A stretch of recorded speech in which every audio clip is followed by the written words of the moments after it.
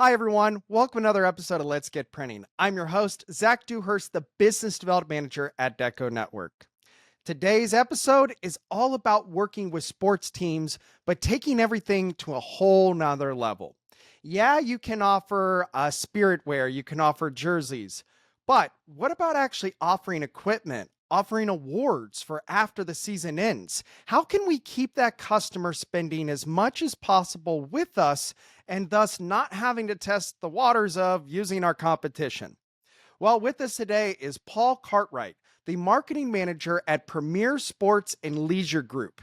Paul's across the pond in the UK, where they do things just a little bit different. But what I really like with Premier Kit 4 is they focus again on giving their customers the complete package. If you don't know, you could sell virtually anything through DecoNetwork. It doesn't even have to be customizable. And Paul and his team have redefined this as they have imported thousands of products outside of just custom shirts.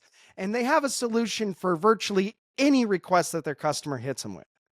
Before we talk about Paul's business and why it's such a great way to work with sports teams, let's talk about the awesome sponsor, DecoNetwork, the all-in-one shop management platform that has both a front-end website for getting quotes, websites that you can provide to your clients, and then the shop management system where everything flows into and keeps your staff organized and efficient.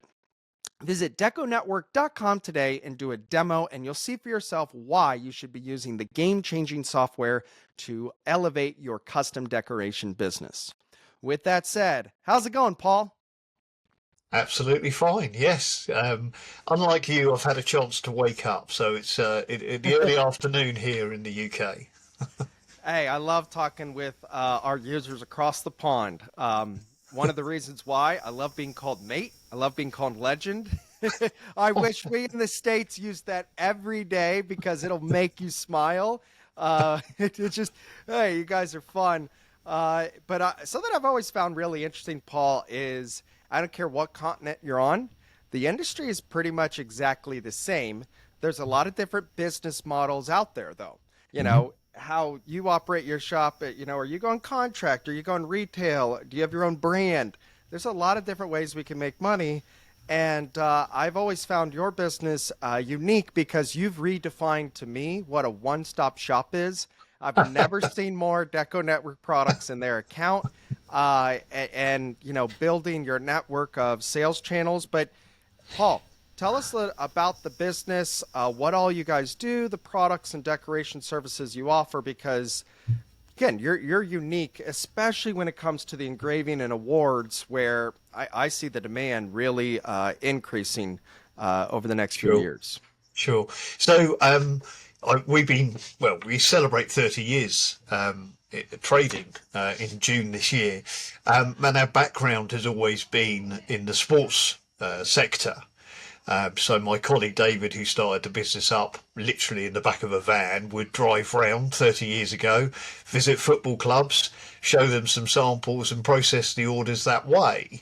And of course, going back then, the customization would be done pretty much at source, or we would outsource it to a guy who, I think, if my memory serves me correct, where the numbers were actually sewn onto the shirts. So this is before heat pressing. Some of the numbers were actually sewn onto the football kits. But if you fast forward, we then had our first premises were in Brighton, which is on the south coast here in the UK. And again, fast forward another couple of years, we started the unit up in Horsham, which is now our main base and where I'm based most of the time. And predominantly our business is still the sportswear trade. Probably, I guess, about 60% of it is the sports kit. So this is supplying football kit and training kit to football clubs in the main. That said, as you know, you have to kind of diversify your business for all sorts of reasons. And one of the main ones is that sports kit it's a very seasonable business. So for us in the UK, Yep. the peak buying period will start around about July through till say October, when people suddenly wake up and go, oh, we need a new football kit for the season.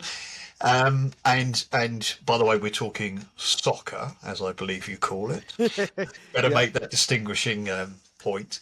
So so you've got that peak period of business, and then you drop down again. So there's a number of things that we've done over the years to sort of try and even out the work process.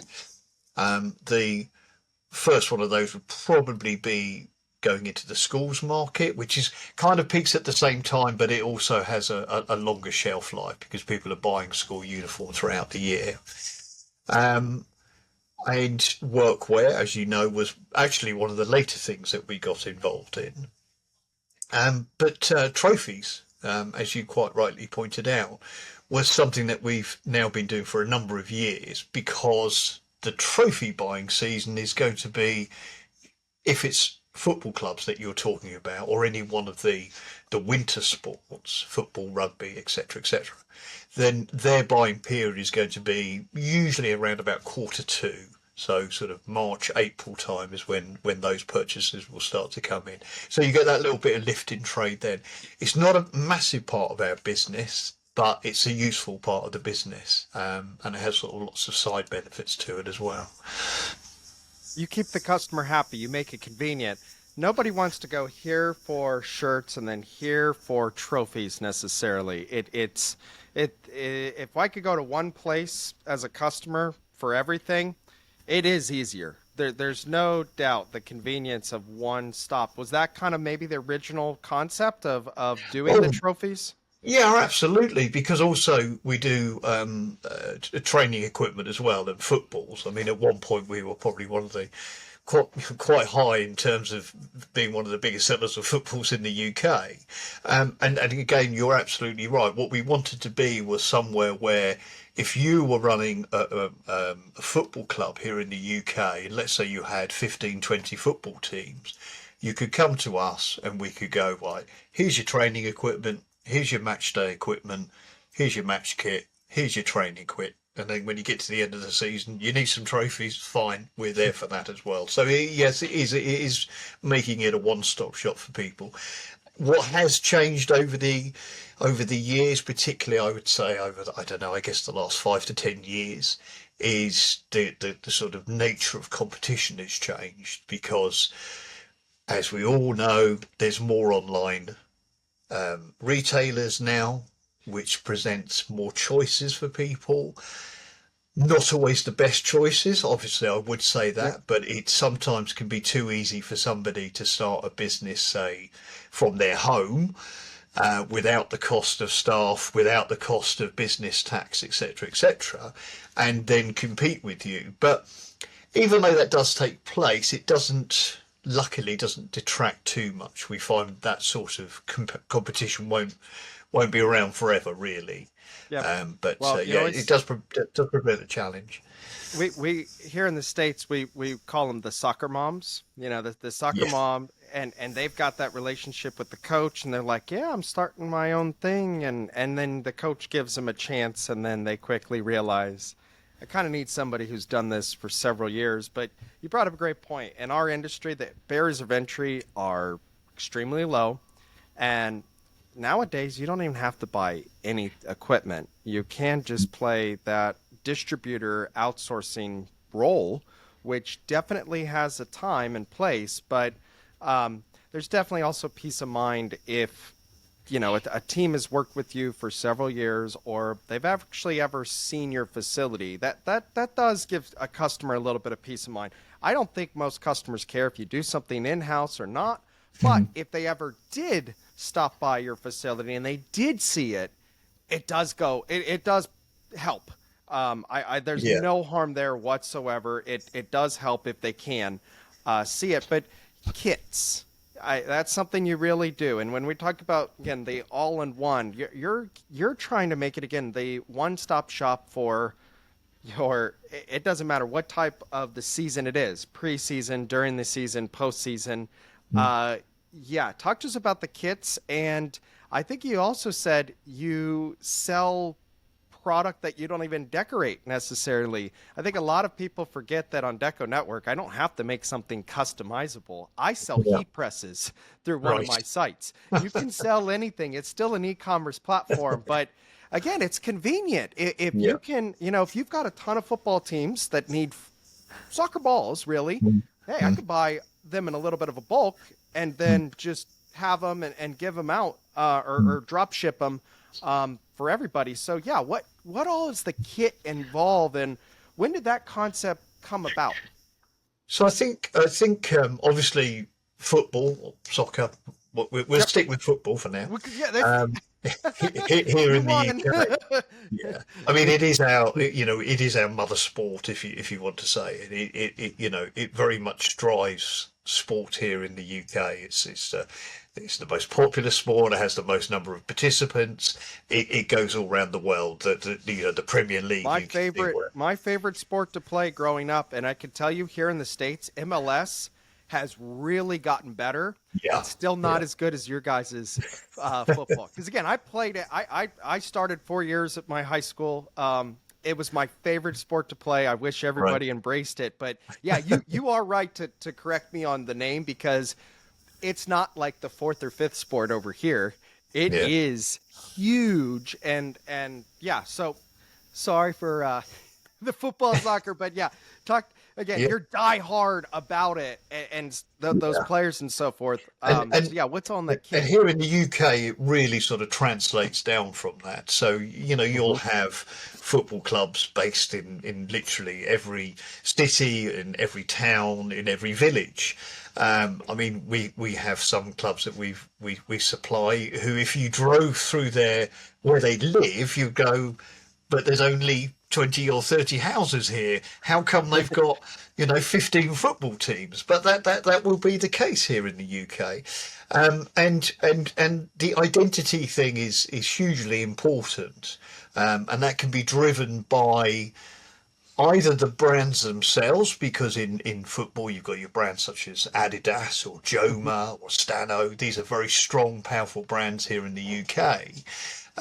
Or they could be driven by the colour of the kit. There are some teams who, they wear a blue and white checkered shirt, and that's all they will ever wear till the day the world implodes. So that's quite a unique scenario. So the sports kit thing is, it is our heritage, both here in the UK as a whole, but for us at Premier Sports, I mean, it is the main business. The items that we sell that, as you say, we don't need to customize is the sports equipment. And again, if you look at any sport, but we'll talk about football here, you've got footballs themselves, whether they be for training or for playing matches. You've got kit to improve technical skills. You've got the goals themselves or the nets. You have corner flags. You have, you name it. It exists. And we've seen changes in that over the years. It's quite interesting. When I first started at Premier Sports, I was actually still coaching myself. I coached for about 10-15 years. And back then, there was an item called a parachute. No laughing now. So if you were trying to get people's fitness up, this would be for a senior team, you used to strap this object on and run down the pitch, and it would fill in with wind and drag you back for strength and conditioning. Well, I've not seen or sold one of those for many years, I have to say. And also the way that football is coached here in the UK, that's also evolved. So again, if you go back to 30 years, then football coaching here was a very different beast to what it is now. These days, the FA, the Football Association of Britain, which takes its courses across the world, they really lead in terms of football education, which means then that even at what we call grass football, so amateur football in your village, the standards of training have improved immensely, over that period of time. So, like one of my favorite clients is I do all the parks and recreation for my local parks department, which I grew up with. It's always fun to go full circle of, hey, I was those kids on the field too. I go to the park, watch my daughters play, and I see 500 of our shirts being worn across that. And what we do for them, because it's a recreational sport, every team gets a white jersey and a green jersey. That's our Right. kit. Yeah. So either you're home or you're away. And it was funny because when I played, Paul, it was reversible jerseys, which Yes. are not 2 times heavier, but like 10 times heavier. And Yeah. they're not, again, talking about evolution and so forth.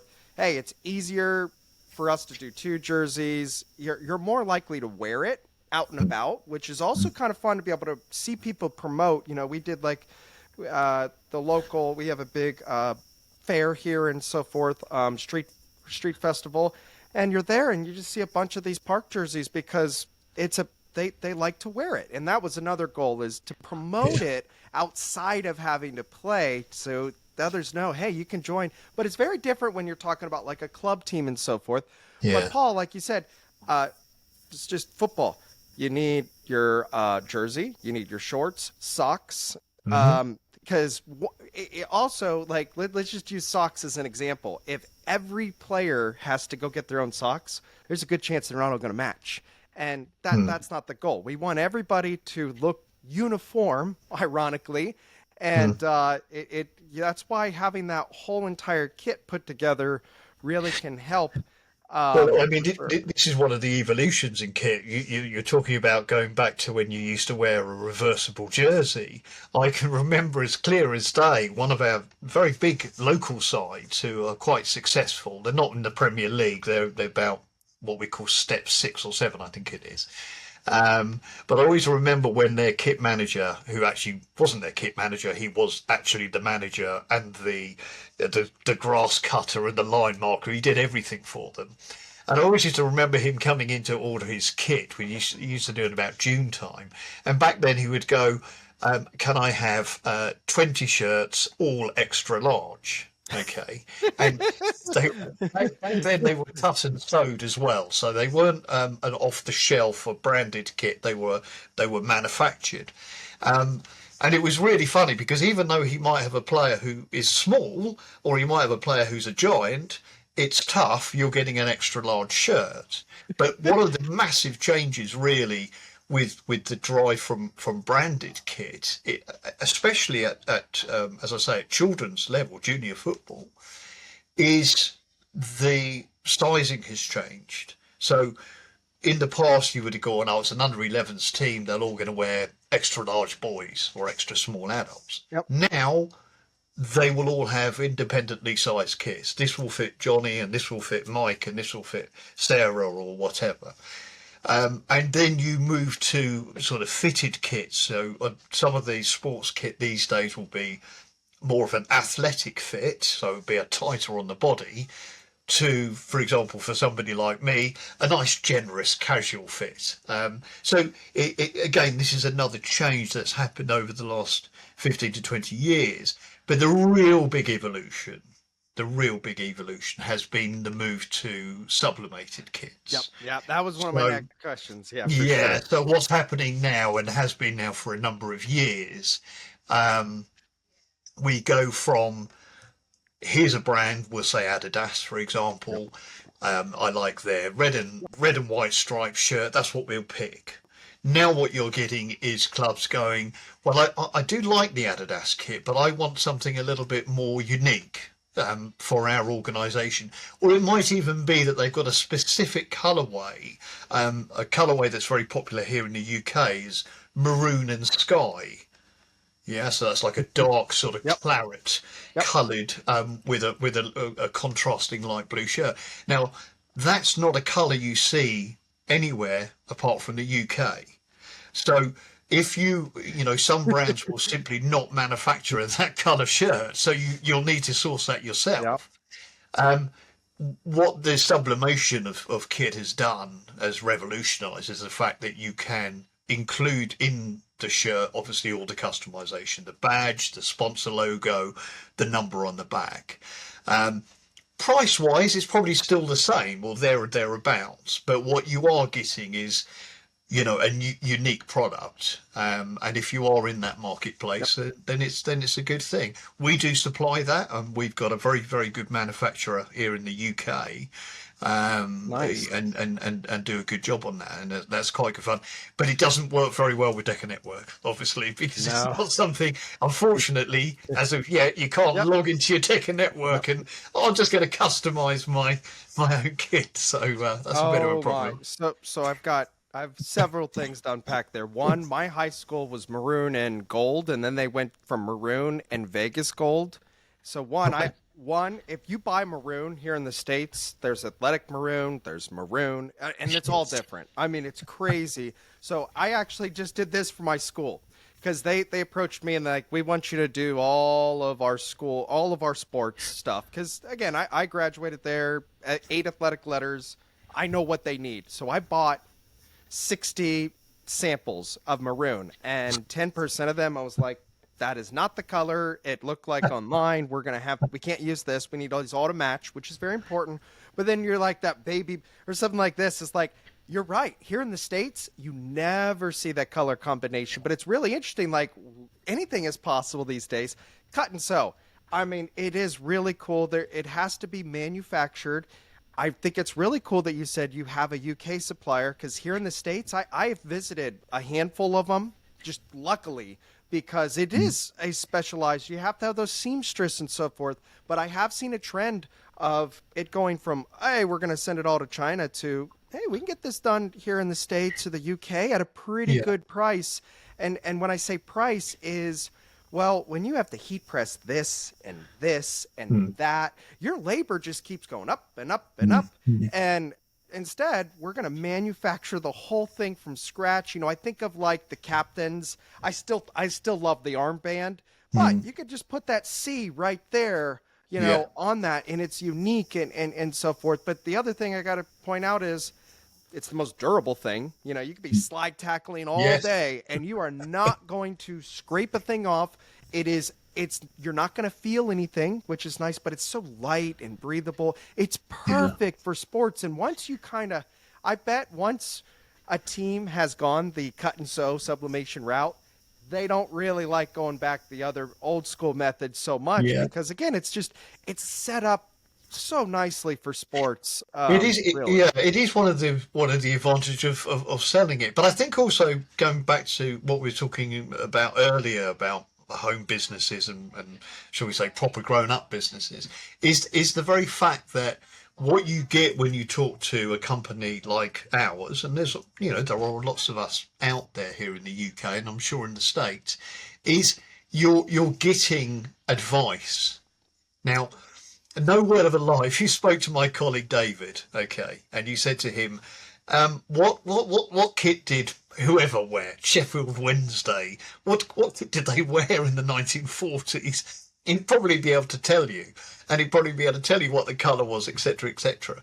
And things like colour advice, things like what fonts to use for a sponsor logo, or what print process to use. This is what we in our industry provide. That's the service we provide. And it's all very well people going, oh look, I mean, I was having this conversation with a fella the other day, and he said, oh, you can get 10 shirts from this company, 10 t-shirts with a printed logo on the front, and it's costing nothing, which is so frustrating because, okay, yes, there's a market for somebody to sell 10 shirts for £1 each or whatever it is, but I don't really want to be in that marketplace. I want to be in the marketplace where people come to us and they really care about what they're going to clothe their kits or their kids in or their adult teams in, that they want a product that's going to be good quality. They want a product that will last,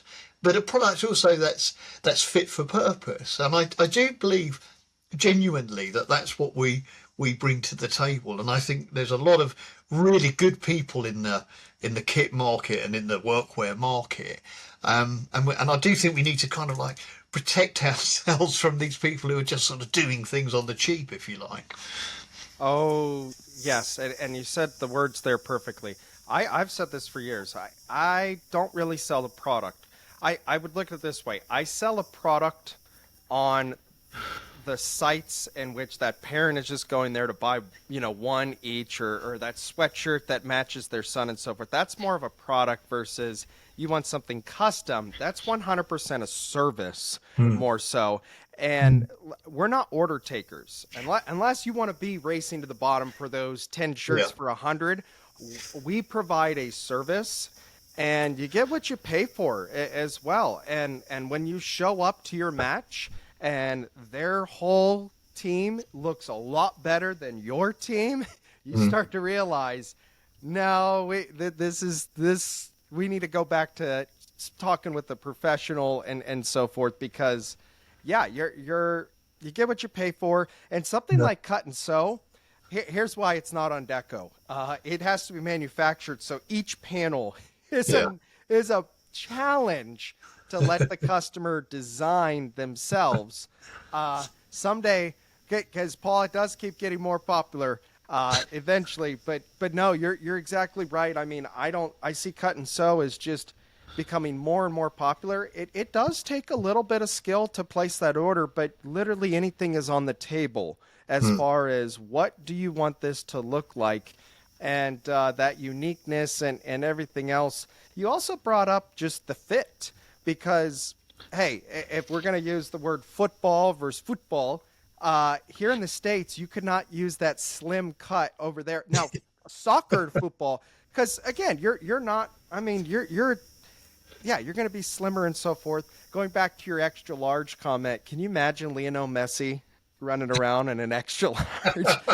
He's already impressive enough, but I just, him swimming in that thing would be hilarious, because he's only like 5'5", and that's something I loved about the sport. Day one was you weren't born and then said, yeah, you can't, this isn't going to work. If you're a professional swimmer, or a lot of sports, like at birth, it's going to, either you're going to grow into this body that's going to work or not. But hey, something like Lionel Messi, makes me feel confident. I could have been him if I really tried, because again, I loved the sport. And yeah, I'm glad you like the way you talk about it, because you guys are crazy about it, for sure. And I when I say that though too, we can't just think about the players themselves, because it's the parents and then their siblings and so forth. You guys, when a team is so passionate about something, or a whole community or country, or like you guys are, I bet it goes way beyond just providing uniforms for the players. So do you often set up like a store for a lot of the teams to be able to have parents and so forth go there, order? Very standard? Yeah, so I suppose our business model it's always a very interesting one when you try and explain it. It would be lovely to be in a sector where it was as easily as they do in the manual. But so we've got what we call B2B customers. So this is us selling to the football club itself, and it might be a semi-pro football club, who are ordering for their senior adult teams, and then you've got some coaches, and you might have some merchandise or whatever it might be. But quite often with our customers, in the early days of discussion, they'll say, we really want an online shop, so that our parents can jump on. And it might be just to order merchandise, or it might be to actually order the whole kit. And we've actually got one club, which is a really interesting model, because it's not replicated anywhere else. We had a conversation probably about 3.5 years ago. They said, can you supply all of our kit, shirts, shorts, socks, training kit, coaches kit, etc. Yes, we can. Let's go through, look at the different colours, the options that you want. They picked a range. We put the shop up for them, and we've never spoken to them since. And every year the orders come in, they start in whatever early summer, and the parents go online. It's a uniquely customised for that club, so everything is branded, their colours with their logo, etc., etc. We keep our branding very minimal, and it works, and it works really, really well. The brand that they've chosen is one that's easy for us to supply. It's got a very quick delivery into us, it's just great. But I mean, as you said at the outset, we do have a lot of custom products on our website. We've got a lot of custom made shops for our customers, and without banging the deco drum too loudly, the system works really, really well for us. Well, you're creating that network of sales channels, which could be ordering portals for the teams. It could be selling merch. Yeah. That is the true network portion of DecoNetwork. But again, when I was growing up, we all had, we would fundraise by running around with a piece of paper. All right, can you buy something? We'll make some money from it.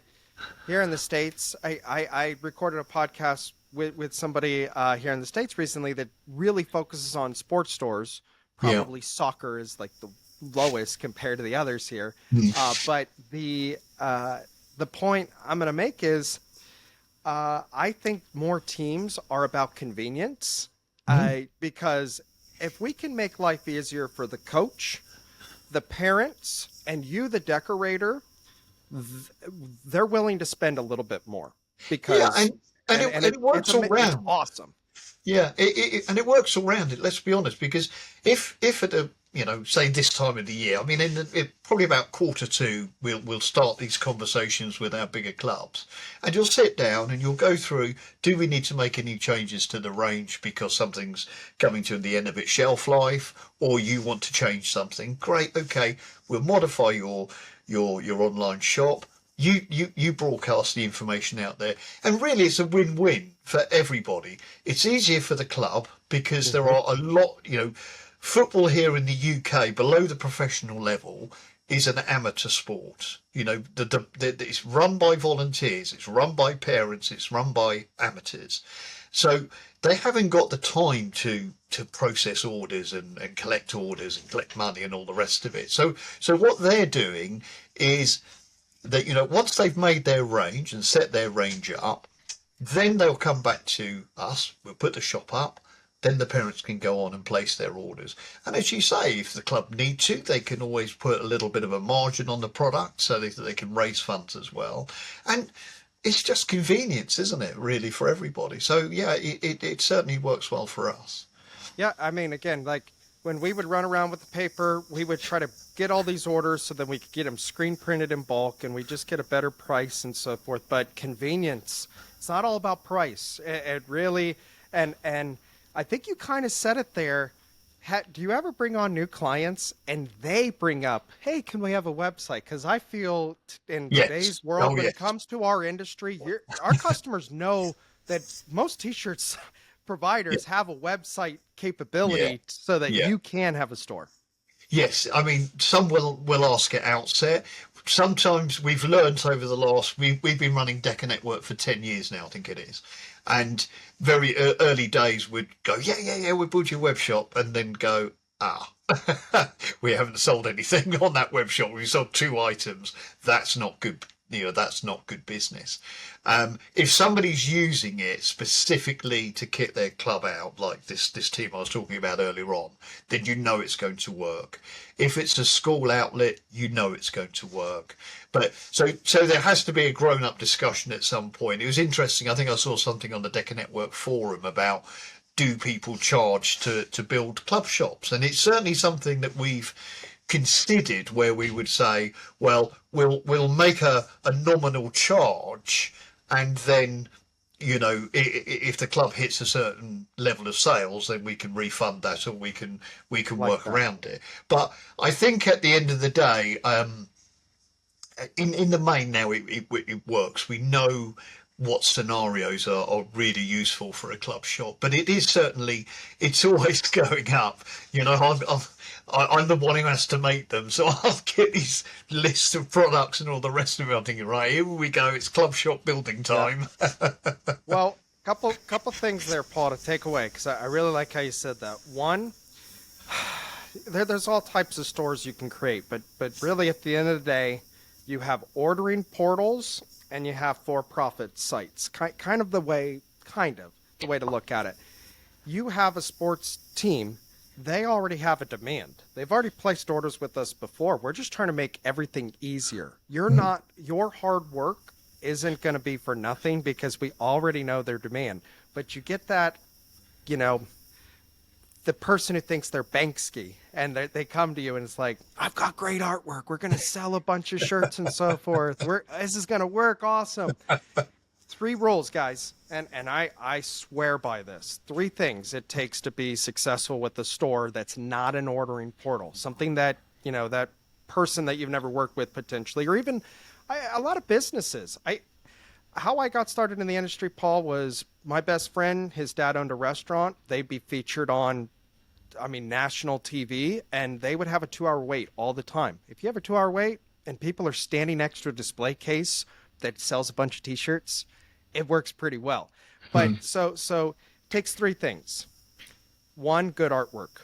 In your case with the football team, that logo is all they want. So that's good artwork, technically. 2, there has to be a market. Somebody's got to want to buy or has to buy the product.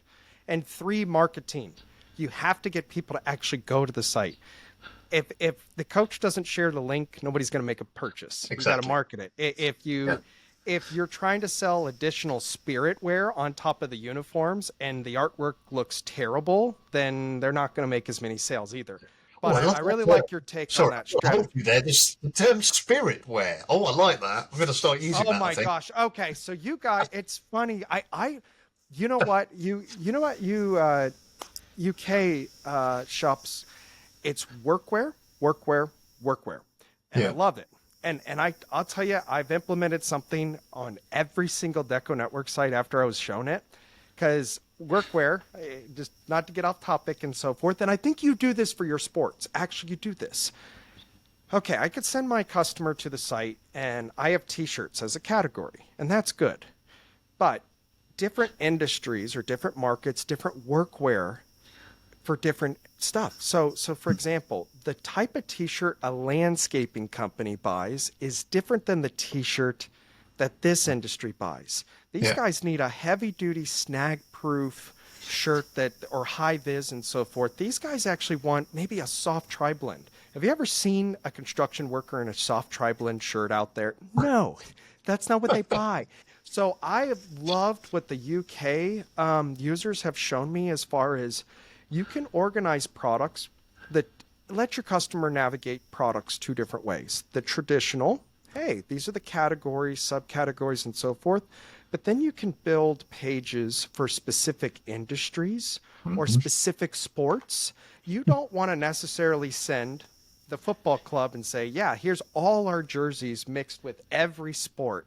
Find what you want. No, you send them to a page where you've populated it with products that football teams order. It's the same concept. And everybody I show this is like, especially if you were to do like a mass email or social media, do you really want to just send the customer to, hey, here's all our products, fine. Or, hey, this is exactly where you need to be. And one other thing, Paul, even if you have your products on those pages and so forth, always have a contact form. Don't expect everybody to, again, it goes back to order taking versus providing a service. Yeah. When it comes to stores and so forth, if all the customer has to do is choose a size, color, checkout, like on a team store, it's so easy of a transaction. Anybody can do that on a phone all day. It's simple. But to order a custom product, to try to place a cut and sew product on this thing, it's insanity. It's insanity. And I was just going to say, it's interesting what you said there about, setting up different pages for products or for sectors, because it was one of the earliest lessons I learned about 20 odd years ago when I came into the industry was, if you're a rugby club, you don't like football. If you play basketball, different body build. They're not playing both sports. No way. If you're a basketball team, you're not interested in hockey, and so it is. So even though it's probably things have got a little bit closer together, because some of the brands now, you can think of Nike. I know Nike has always been predominantly possibly started out as a running brand or was very early on, but that is now used across multiple sports as is Adidas, etc., etc. But I still think when clubs, and we try this very hard on the trophies, you talk about categorizing products. That was one of the great days when you start categorizing trophies. But you do want to go, look, this is the product for your industry, and we recognize that. And if you want to see anything else, it's on this page. And again, it's going to be the product for you. We're not going to send you, you're looking at, rugby trophies, for example. We're not going to send you to our home page where you can see everything else but rugby kit. You will go to the page that tells you about rugby, and I think I think that's really, really essential. Even though we like being a multi-sport provider, and we might lean more towards football just because of heritage and knowledge, but we do supply multiple sports. So you need to make sure you are not necessarily all things to every man, because the generic of customized clothing fits. But you do need to be able to say, no, this is definitely clothing that will suit a basketball team or a hockey team or a paddleboard player or whatever it might be. Yeah, there's, again, it's common sense, but workwear, it's just interesting that you guys really, I hear that term 10 times more out of a UK licensee of using DecoNetwork than in the States. But every time I show, this is what they're doing across the pond, they're like, oh my gosh, why would I never, let your customer navigate different ways. At the end of the day, again, our goal is to at least set a conversation with that. If you're going to need to put together a whole team, we're going to have to talk at one point. Don't think that your website's going to do the whole thing. Now, once I built that store for them, and that goes to just a random question for you. Do sometimes the coach place the entire order for the group? Other times each individual parent does it? Yes. Oh, no, absolutely. Okay. We'll have some clubs where you'll have a kit buyer. So if it's a decent level standard of club, so maybe semi-professional, you'll have a kit manager, and he'll look after the kit for the first team and the reserves and the ladies and perhaps even some of the youth teams. If you've got a sort of a smaller club, maybe say 15 to 20 teams, you might get a scenario where you've got individual managers.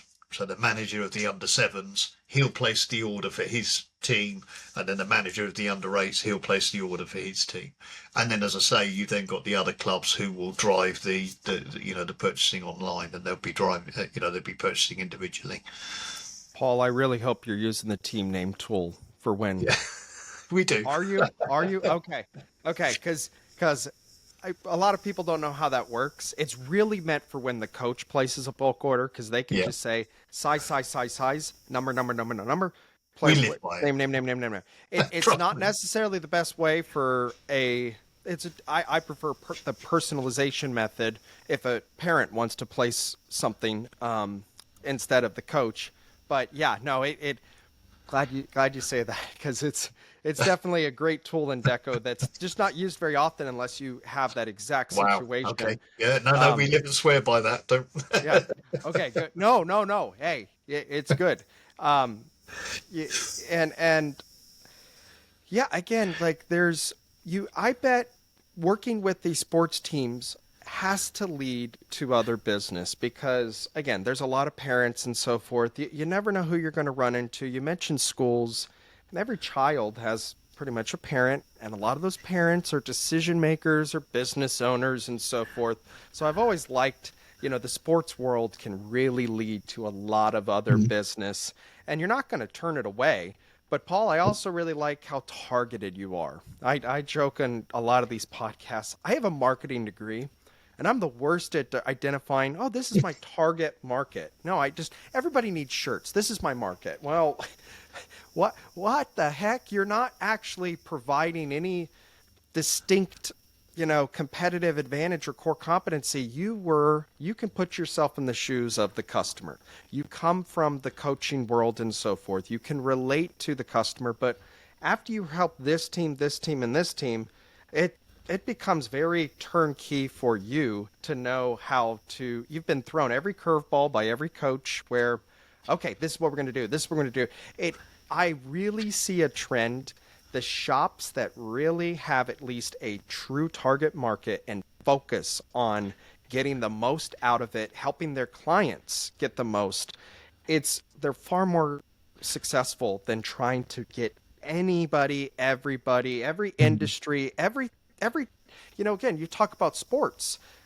The rugby guys have very different needs than the football guys, and you're speaking kind of two different languages to them, and just there's value there of doing it over and over and over again and targeting them.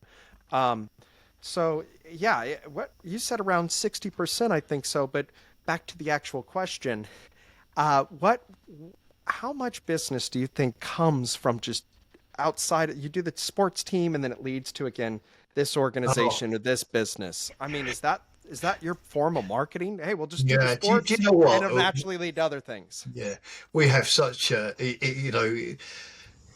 57 years old, so I've seen a fair amount of life, and I've got fair amounts of experience of different businesses and different operations.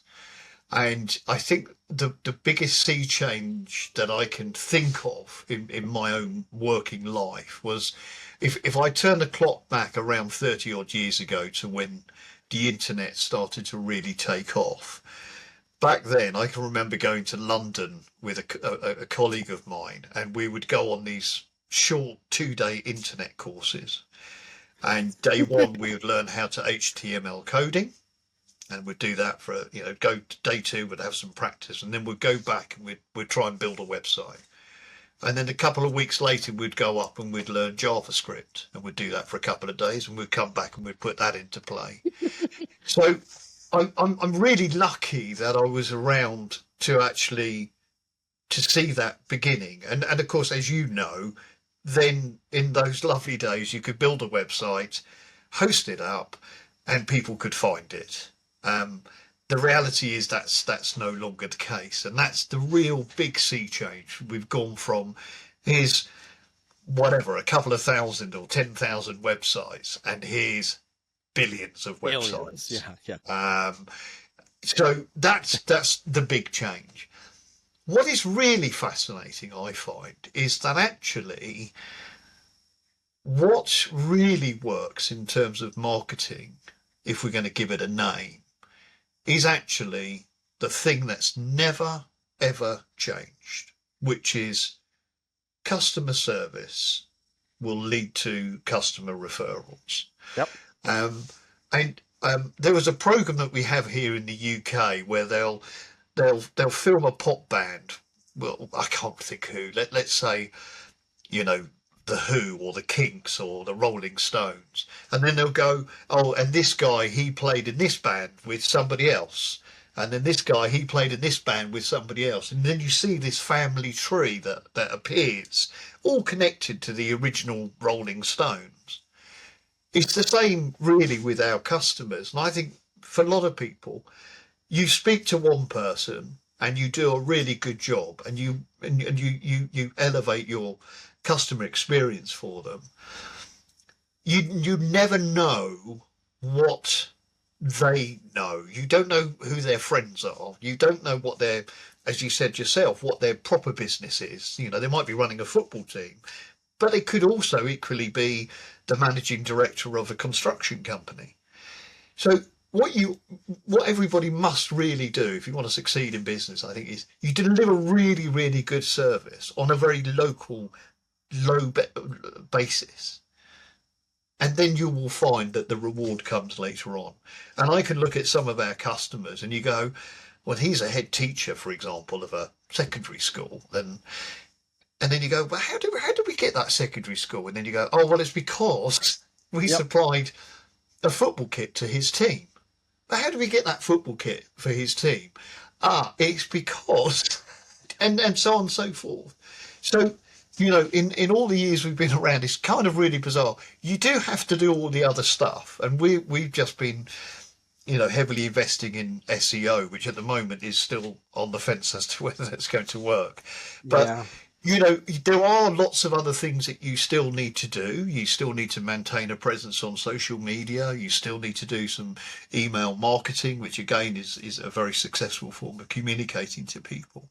But I do believe at the heart of everything has got to be deliver excellent customer service.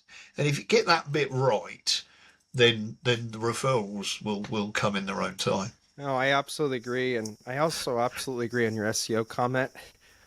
Search engine optimization. It's one, you hire an SEO company and the first thing they're going to tell you is this takes time.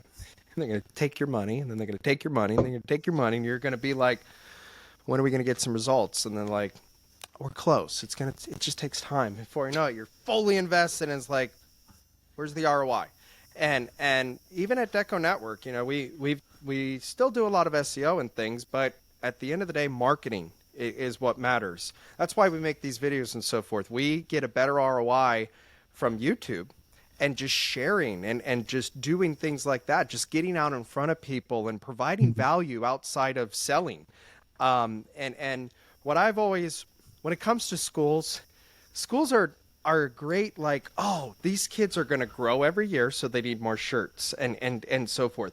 The problem, at least here in the States, there's so much bureaucracy. It's a nightmare because you'll deal with this person, but then the superintendent shoots something down. You've got, like, it's a nightmare versus sports teams are just on a smaller level if you think about it. But instead of having 4 decision makers, you really just got to take care of that coach primarily because they're leading the group. And again, they're going to just then bring a whole another set of kids, or those kids that bought, now they're up a level or they need all new jerseys. So it's so predictable is what I also love about your sports teams. And something you said at the very beginning of the conversation, I think, is when these seasons are going to start. You should be approaching the coaches ahead of time, getting on the same page. If you wait till, tryouts to try to then talk to every single coach, what are you going to need? What are you thinking about? It's not really a great thing. Paul, you're going to really like some of the stuff I've seen, some of the independent developers in the Deco community pushing the API and automations and so forth, because if you start looking at your order history and data, you can automatically start sending putting up functions such as, oh, this so-and-so ordered, last year at this time, we need to contact them 2 months before the order. You can automate that or just notify yourself, hey, we need to reach out to so-and-so. So there's, just sports teams, it's so predictable, but you've got to also be proactive, Paul, right? And there's a difference between high pressure selling and presenting something to someone and being like, hey, what do you think about this? Do you want to buy some? Because, I've never liked high pressure selling personally, but you've got to also put something in front of the customer because that doesn't mean you're just selling them. So, you never know. Hey, you get this promo product or something, and it's like, oh, I love that. Let's buy more. So, again, by having those communications, doing more customer service, while it takes some time, it leads to a lot more sales than just kind of like waiting for the customer just to tell you, hey, this is what we want to do. I think you hit the nail on the head there. I think it's really difficult to dislodge a competitor if they're supplying a club or supplying a school or supplying a business. If they're doing a good job, it's very difficult to dislodge them and get rid of them.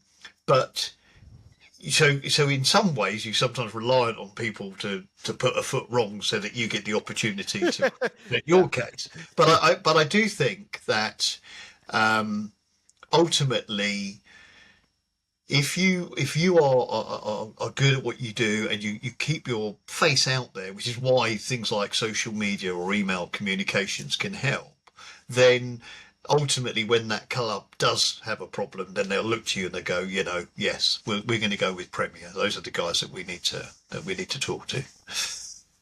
Yep, you're waiting for that mistake. I mean, like in football, it's often a 1-0, and often it's because that pass didn't didn't have enough on it, and oh, Messi just grabbed it, and now it's a goal.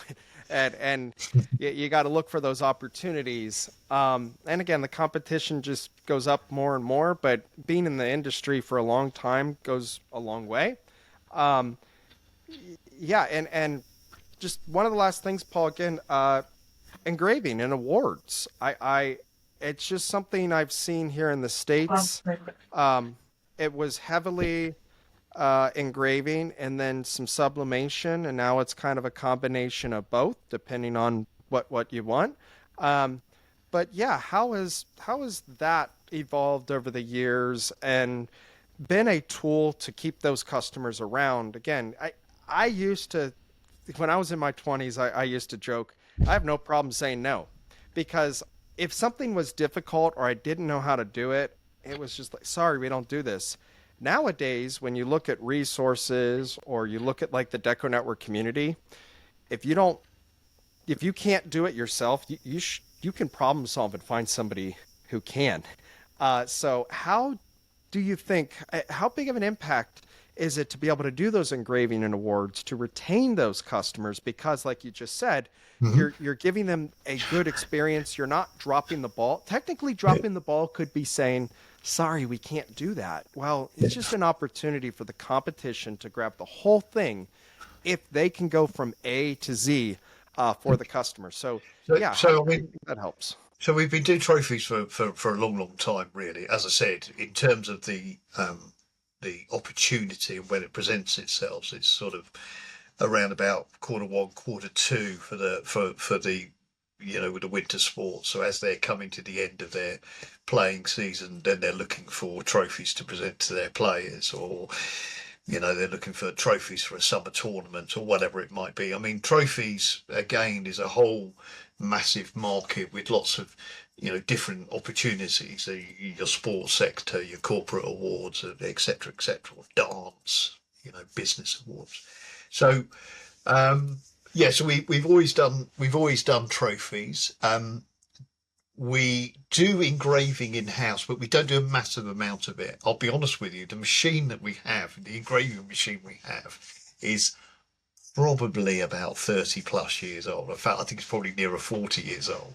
And it's really funny because the hardware has out-survived the software.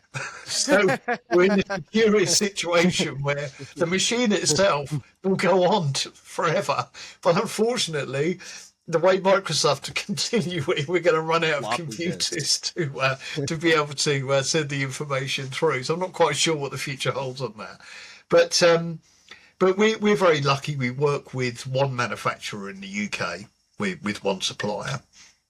In the past, we used to work with about 3 or 4, but the problem is you get somebody who'll go, well, I'm going to have 2 trophies from that catalogue, and I'm going to have 5 trophies from that catalogue, and I'm going to have 1 from there, and you get all sorts of things turning up and having to manage that. So that's why we stuck with the company that we believe are the best in the market here in the UK.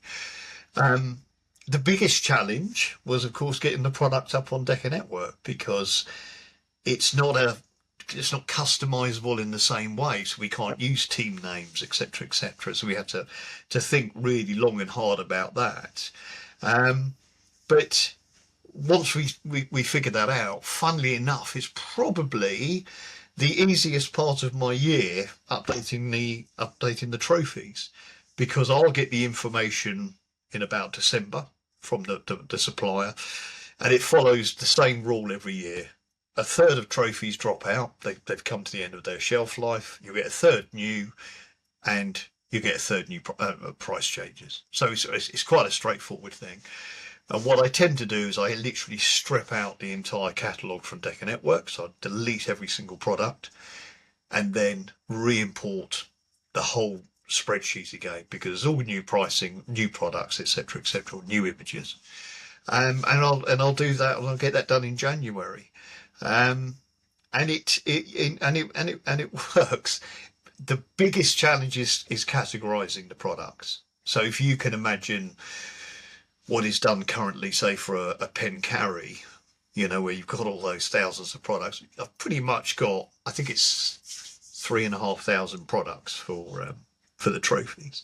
And again, you've got to Oh, work out what category, how are people going to buy these? You can't have football and rugby trophies all mixed up in the same categories. You've got to separate them out, and then you've got pewter trophies, you've got glass trophies, you've got medals, you've got all sorts of different combinations, and they all have a unique way of being customized as well. So you've got to factor that in. But as I say, we kind of got the process off pat now after doing it for so many years and well, working it with Paul, DecoNetwork, that you said a couple it things works. there. You said a couple things there that makes me think you and I need to have a conversation because I don't know if you're doing it the most efficient way. And yeah, we're gonna definitely talk a little bit to make sure that yeah you're not working harder than you need to. Yeah, Deco Network has a catalog team. They're always adding new products. It is a process. And yeah, I don't agree. I don't disagree. Trophies, cut and sew. We're getting to it. We're getting to it. It's the other things, but you can upload an image of anything, designate where that box is, and have a vector that's ready to go straight to the machine. Or for embroidery, it could be sew ready. Paul, you need to look at the X tool machines as well if you're doing a lot of engraving. Uh, Mm. Engraving here we've seen in the States has, hey, I got to spend tens of thousands of dollars to, I could spend 1,500 and get if I just need it that big. I mean, it's crazy what's Yeah. possible. I just bought my first two engraving machines in the Okay. past 6 months, and I leather patches and other things that you can do with it. It's really impressive, but there's a much bigger learning curve than I gave it credit for initially. There's different types of lasers that work differently. There's Yes. different wattages. When you start going down the path of how many different types of trophies and nameplates, it Yeah. is a whole nother ball game compared to apparel. And that's why to me, there's less competition there as far as trophies and awards. For every 10 shops that do apparel, there might be one, at least here in the States. And even that is Mm. probably not true, that actually offers engraving and awards. It's more of, at least here in the States, that's often a specialized, you do apparel kind of, or you do awards. Yeah. Now, again, the customer would prefer to do all in one. I mentioned I went to my local high school that I did everything, and they want us to do all of their spirit wear and so forth for every school. And they asked us, hey, well, they kind of asked us, and I had no interest. It was like, do you guys do trophies and so forth? And I was like, yeah, but there's some people that just we're getting an engraving, but it's specialized. I would use so and so. Well, they were like, we've been using so and so for 30 years. They do a great job. They actually happened to be my neighbor when I was Yeah. growing up. They were in my same neighborhood. So I was in their garage at times because their son was the same age as my brother. So I was Right. very much so. But it was like, no, this is something that I really know this sector of apparel and so forth. But again, this is a totally different, I almost would say, industry. Here in the States, Paul, I have approached a couple trophy and award suppliers, and I do want to get catalogs like that up onto Deco, but even it's not exactly the easiest thing for. Again, you just go down this huge rabbit hole of, you said 3,500 products. That's a lot. That is a And lot of items. it is kind of strange because you're absolutely right. It's an industry that's kind of going through its own changes at the moment, really, because certainly here in the UK, and I'm sure it'll be the same in the States, you've got some trophies that have been around for 50, 60, 70 years. They're lovely big cups, and they're slightly tarnished, and then you Yep. look at the base of them, and they've got names from the last 50 years of people who've won them. Stanley Cup. Yep. Now, the problem now is getting those engraved, because the reality is the old boys, if you like, that have done engraving for forever, they're slowly moving on. They're retiring, Yep. or worse than that. And there's no new younger people coming through. In this country, we have a I don't know what you would call it in the States, but here it's called like a locksmith, somebody who cuts keys. Yep, yep. And yeah, so there's a particular company called Mr. Minute here in the UK, and they're all over the place. They're like a franchise. You'll go to a supermarket, you'll have one there. Now they quite often will do engraving, and very, very expensively they'll do it.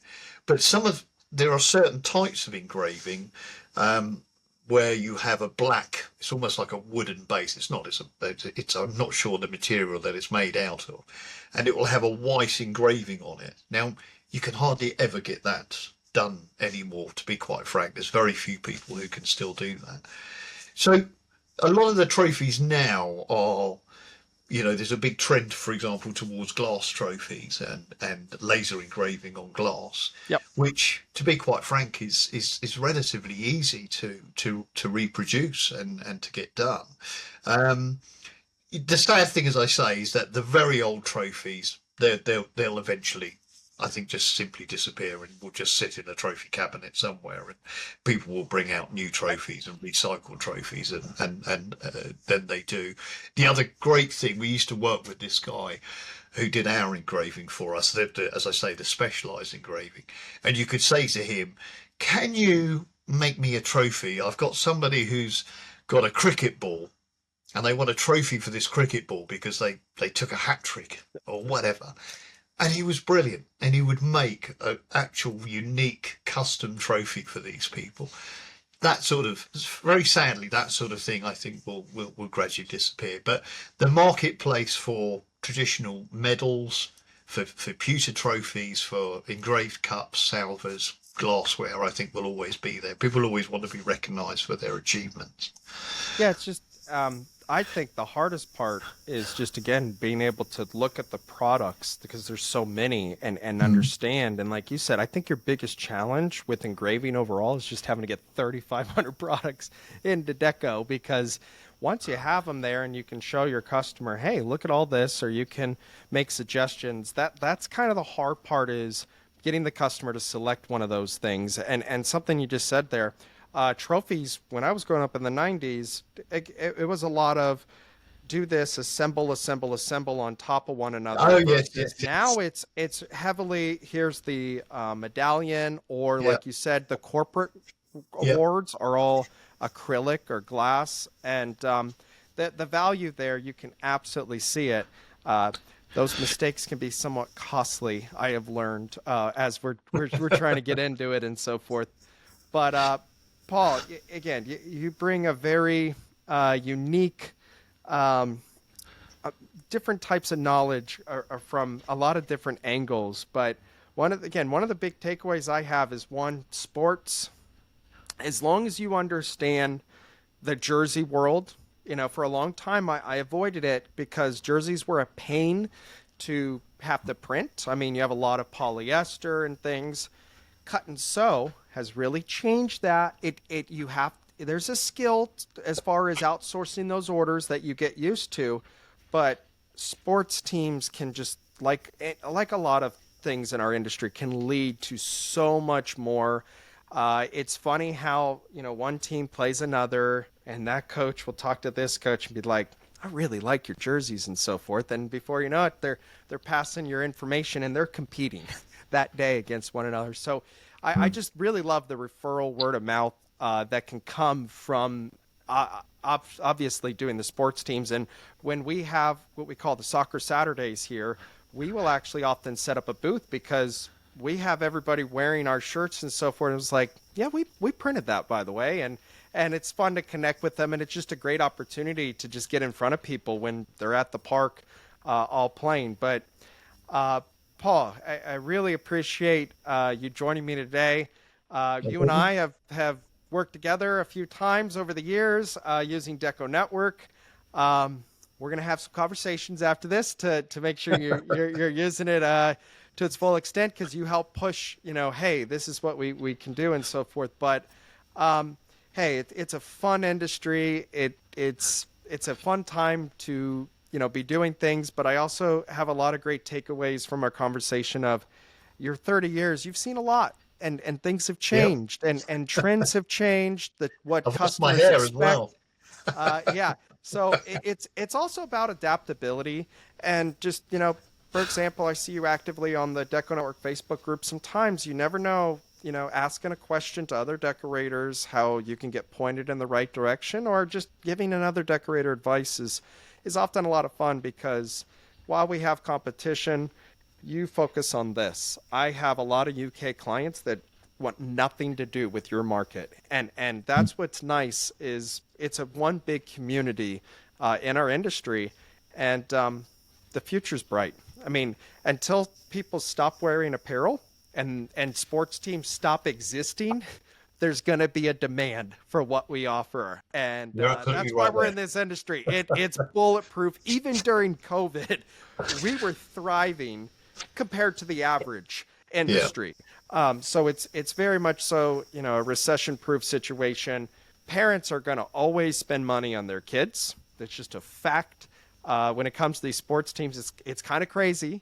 Not crazy, but just passion that they want to support, the team itself, their children, and they also appreciate what the coach often does. So that purchase, there's just some peace of mind sometimes that, hey, we're getting what we want, but we're also supporting the team. And Paul, thank you so much for joining us. No problem at all. Any last takeaways to share? Can you send me some Carhartt? We can't seem to get that very well here. Oh my, that's very popular here. Oh, it's some heavy stuff, but yes, that's funny that you say that. Oh yeah. Hey, Paul, you know what I just did? I bought and this was wholesale. I bought a $35 dog Carhartt coat for my Australian Shepherd. And it's the same material and everything, and then I embroidered her name on it. So it's kind of funny. Carhartt has gone, you can get like socks and stuff from our suppliers. So it just exploded. But the rules, I don't know if it's like there in the UK, you're not allowed to just buy a brand like Carhartt and not embellish it. You have, if you're buying it wholesale, you have to decorate it. So right.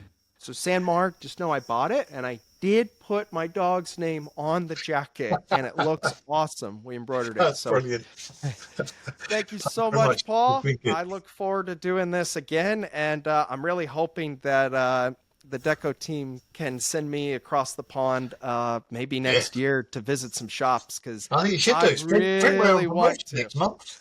Yeah. So I'll be checking out your shop if we get to do that. So. Thanks again, Paul. We'll do this again, and check out DecoNetwork.com to do a demo today.